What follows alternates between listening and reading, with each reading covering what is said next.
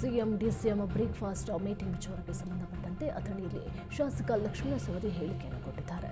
High command ಆದೇಶದ ಮೇರೆಗೆ breakfast meeting ಆಗಿದೆ.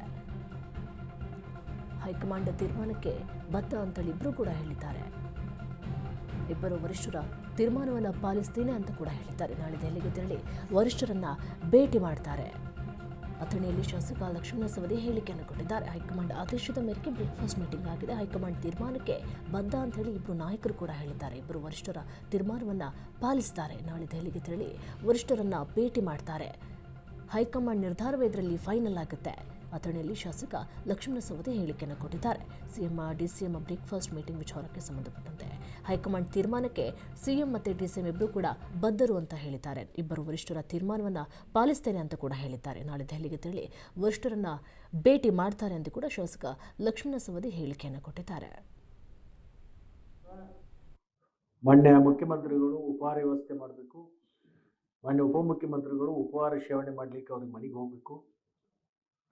ಒಟ್ಟಿಗೆ ಸೇರಿಕೊಂಡು ನೀವು ಸಮಾಲೋಚನೆ ಮಾಡಿಕೊಂಡು ಮುಂದೆ ಯಾವ ಥರದಿಂದ ನೀವಿಬ್ಬರು ಹೊಂದಾಣಿಕೆ ಮಾಡಿಕೊಂಡು ಹೋಗಬೇಕು ಅಂತಕ್ಕಂಥದ್ದು ಒಂದು ಹಂತದಲ್ಲಿ ಚರ್ಚೆ ಮಾಡಿಕೊಂಡು ಒಟ್ಟಿಗೆ ನೀವು ದಿಲ್ಲಿಗೆ ಬರಬೇಕು ಅಂತಕ್ಕಂಥ ಸಂದೇಶ ಕೊಟ್ಟ ಮೇಲೆ ಬೆಳಿಗ್ಗೆ ಮುಖ್ಯಮಂತ್ರಿಗಳು ಉಪಹಾರಕ್ಕೆ ಉಪಮುಖ್ಯಮಂತ್ರಿಗಳನ್ನು ಆಹ್ವಾನ ಮಾಡಿದರು. ಆಹ್ವಾನಕ್ಕೆ ಹೋಗೊಟ್ಟು ಮತ್ತು ವರಿಷ್ಠರ ಸೂಚನೆ ಪಾಲಿಸುವಂಥ ಕಾರ್ಯದಲ್ಲಿ ಇಬ್ಬರು ಕೂಡ ಯಶಸ್ವಿಯಾಗಿದ್ದಾರೆ. ಬಹುತೇಕ ನಾಳೆ ದಿಲ್ಲಿಗೆ ಹೋಗ್ತಾರೆ. ವರಿಷ್ಠರು ತಗೋತಕ್ಕಂಥ ತೀರ್ಮಾನಕ್ಕೆ ನಾವಿಬ್ಬರು ಕೂಡ ಭದ್ರಾಗಿರ್ತೀವಿ ಅಂತೇಳಿ ಜಂಟಿ ಪತ್ರಿಕಾಗೋಷ್ಠಿನೂ ಕೂಡ ಈಗಾಗಲೇ ಮಾಡಿದ್ದಾರೆ. ನೀವು ನೋಡಿರ್ಬೇಕು. ಅವರಿಬ್ಬರು ಕೂಡ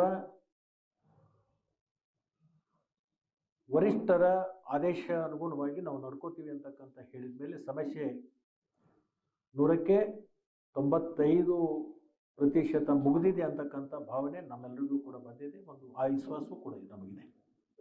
ನಾಳೆ ಸಾಯಂಕಾಲವರೆಗೆ ಒಂದು ವರಿಷ್ಠ